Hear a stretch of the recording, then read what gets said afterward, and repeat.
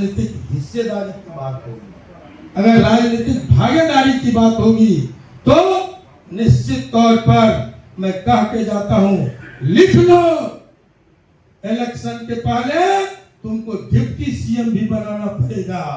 और इलेक्शन के पहले आते आते आनंद मोहन निकला है, केंद्र में मंत्री भी बनाना होगा। लेकिन इसका फायदा आनंद मोहन को नहीं देगा। जैसे अभी एक एमएलसी बन गए, आनंद मोहन को इसका फायदा नहीं लेना है, लेकिन समाज की आवाज, अगर हम दलितों की आवाज, पिछड़ों की आवाज, गरीबों की आवाज उठाते रहे, अगर आनंद मोहन लड़ा वैशाली की धरती में, पर आज एक निरंकुश बड़ी ताकत को अपनी छोटी ताकत से पराभव का स्वाद चखाया, जनतंत्र की जीत हुई, जनता दल टूटा, नीतीश कुमार और जॉर्ज के नेतृत्व में G14 अलग हुए और अपनी पार्टी का विलय करवा के इस प्रदेश में गरीबों का राज स्थापित किया। तुम क्रेडिट दो या नहीं दो, सच यही है, आनंद मोहन डंके के चोट पर खाने निकला है। ये जो चाटुकार, मंत्रनाकार ऐसे लोग हैं, ये एनडीए का भला नहीं चाहते। इनकी हर पहल कदमी से एनडीए आज कमजोर हुआ है और स्थिति ये है कि अगर आज चुनाव हो जाए, चारों खाने चित्त हो जाएंगे। और ये भी मैं कह दूं, आनंद मोहन को छेड़ने की कोशिश मत करना, आनंद मोहन को इसी छेड़छाड़ से रुकने वाला नहीं है। और तुम्हारा आईबी का रिपोर्ट बता रहा है कि आनंद मोहन को छेड़ोगे, इस प्रदेश में एक नया समीकरण बनेगा और तुम्हारा डब्बा गोल हो जाएगा।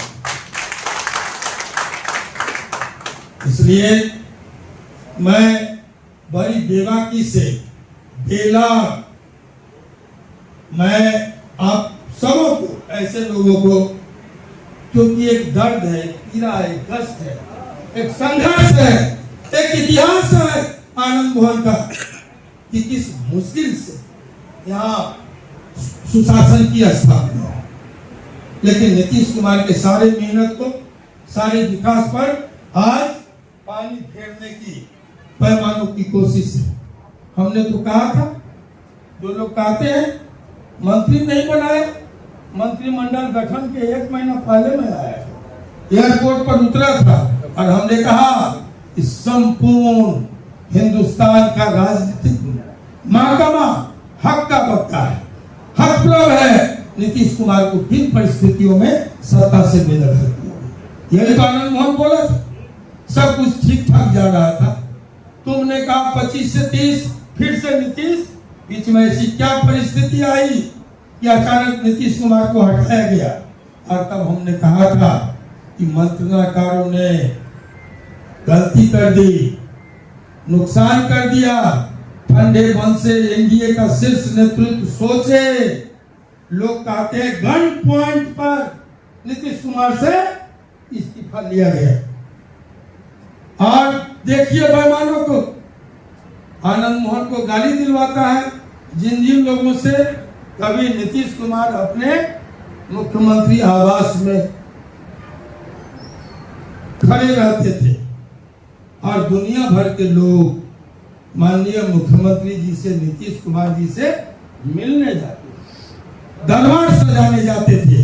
आज बेईमानों ने नीतीश कुमार की वो स्थिति बना दी कि हर सुबह किसी न किसी चिरकुट नेता के यहाँ पहुंचा दे रहा है। जिसका दरबार लगता था उसी को दरबारी बना दिया, दरबार घुमा रहा है। 150 लोगों में सीतामढ़ी ले जाए, 25-50 लोगों में, 10 लोगों में, 1 दर्जन लोगों में, किसी एमएलसी के यहाँ, किसी मंत्री के यहाँ। ये हमारे नेता का अपमान है। ये नीतीश कुमार जी जैसे शीर्ष लीडरशिप स्थापित नेता का की अवमानना है। इसलिए जेडीयू के कार्यकर्ताओं को मैं कहूंगा, इस सब के खिलाफ बगावत करो, इस सब के खिलाफ आवाज उठाओ। आज बहुत ज्यादा नहीं, लंबी बातचीत हो गई, मैं अंत में इतना कहूंगा, ये 28 जून को, पहले तो 17 जून था, तकनीकी कारणों से इसको हम लोग बढ़ाए हैं, रविवार का दिन है। 28 जून को महाराणा प्रताप की अश्वारोही प्रतिमा जो 7.5 फीट की है, ये उधर बनकर जून 2026 रोज रविवार है। उस दिन हम लोग सीतामढ़ी के गोइनका कॉलेज महाराणा प्रताप की अश्वारोही प्रतिमा जो 7.5 फीट की है, इस पर प्रतिमा हम लोग लगाएंगे। और इसके लिए आज हम लोग न्योता देने आए। आप सब जानते हैं मुजफ्फरपुर से हमारे कितने लगाव हैं। मुजफ्फरपुर से कभी लवली आनंद 94 में चुनाव लड़ी थी और यहाँ से वो उपचुनाव जीती थी, तब से आज तक। उसके बाद फिर एक चुनाव हुआ था, इस उपचुनाव में वो जनरल चुनाव लड़ी थी, दो बार यहाँ से चुनाव लड़ी। हम लोग क्या न्योनाश्रय संबंध यहाँ के साथियों से है, दोस्तों से है, लोगों से है, और इस नाते हम निमंत्रण देने आए हैं कि आप अधिकाधिक संख्या, पड़ोस का जिला है, प्रदेश और देश भर के बड़े नेता आएंगे। मैं समझता हूँ लाख से ज्यादा की भीड़ होगी। आप सब लोग भी आमंत्रित हैं। तो इसी उद्देश्य से, मकसद से आज हम मुजफ्फरपुर आए। देर से आए, देर तक मीटिंग चली, बहुत सारे वक्ता थे। आप लोग को इसकी असुविधा हुई कि प्रेस के लोगों से पहले मिलना था, हम क्षमा प्रार्थी हैं। आगे बोलिए। सब्सक्राइब करें हमारा चैनल प्रकाश जोश लाइव और दबाए बेल आइकन हमारे खबर सबसे पहले देखने के लिए। सब्सक्राइब करें हमारा चैनल प्रकाश जोश लाइव और दबाए बेल आइकन हमारे खबर सबसे पहले देखने के लिए।